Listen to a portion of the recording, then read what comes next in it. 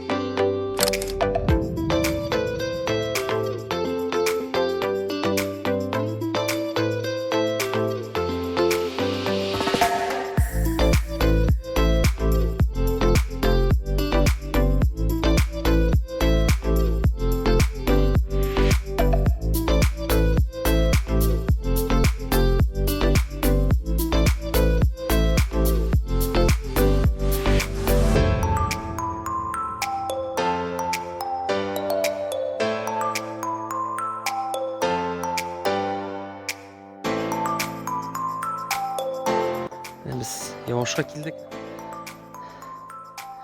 Анда шапаларға.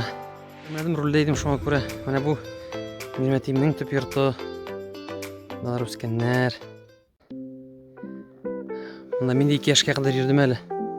Рахатланып. Апаларды, жинелерді раз енді. Шәп беседка. Мончалары. Үйлері. Круто.